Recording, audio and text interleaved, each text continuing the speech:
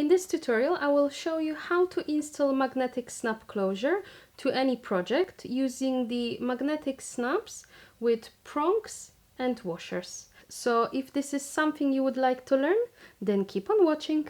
This type of magnetic snap has two parts. There is a female snap with a little groove inside, and the male snap which has a little bump in the middle, as you can see. And when put together, they snap in place. On the back of the pieces you will see two prongs which needs to be inserted through the fabric, and then you have two washers as well that goes over the top. Before you install magnetic snaps, you will have to prep your pattern pieces. So in this instance, I'm using the Winnie Needlebook pattern as an example, and I'm going to add the magnetic snaps to the flap and the slip pocket.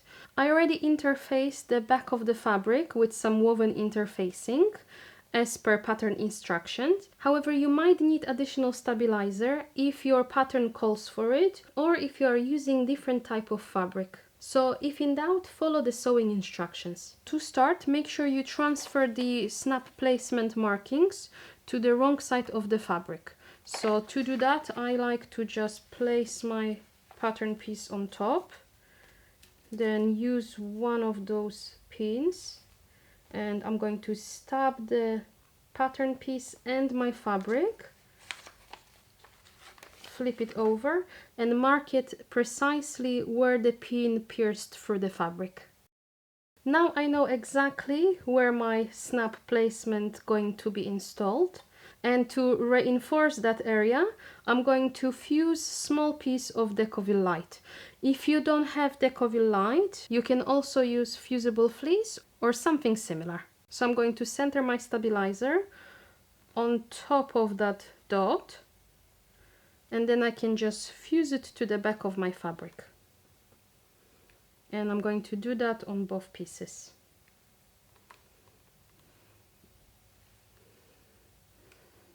Once this is ready, you're going to take one of your washers, place it on top of the marking, so just center it on top of the dot, and mark placement of your prongs. So do that on both pieces. Then you can take a seam ripper, small scissors or X-Acto knife, and we're going to cut through the prong placement markings. However, to make sure that I don't cut my fabric too far, I like to take one of my pins and just pin it at the end of my markings on one side. So I'm going to put it at the end, just like that, and then I can use my seam ripper safely. So you're going to pierce the fabric at one end of your marking and then slice the fabric towards the pin.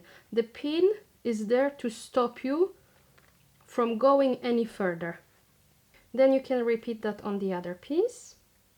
It's always best to make those slits slightly smaller, because you can always cut the fabric more if you need it. If by accident you cut your slits too large, your magnetic snap will be loose and the fabric may rip at some point. So when I'm ready, I like to just take my snaps and just insert it, just to see if the opening is large enough for the prongs. Now you can take your fabric glue or fray check glue and just dab a little bit of that glue around those slits. This will prevent the fabric from fraying. Now you're going to take one part of your magnetic snap, the female part, and you're going to insert those prongs through those slits that you just made from the right side of the fabric.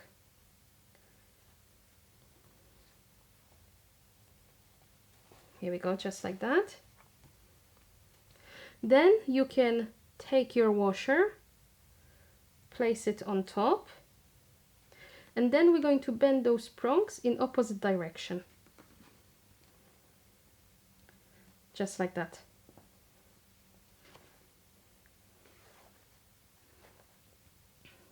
And now you can install the male part to the flap.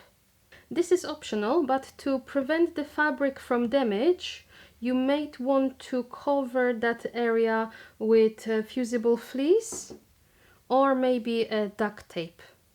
So what I like to do is just to cut small piece and then take my multi-surface glue and glue it on top. And just like that, your snap is installed. So now you can finish your project.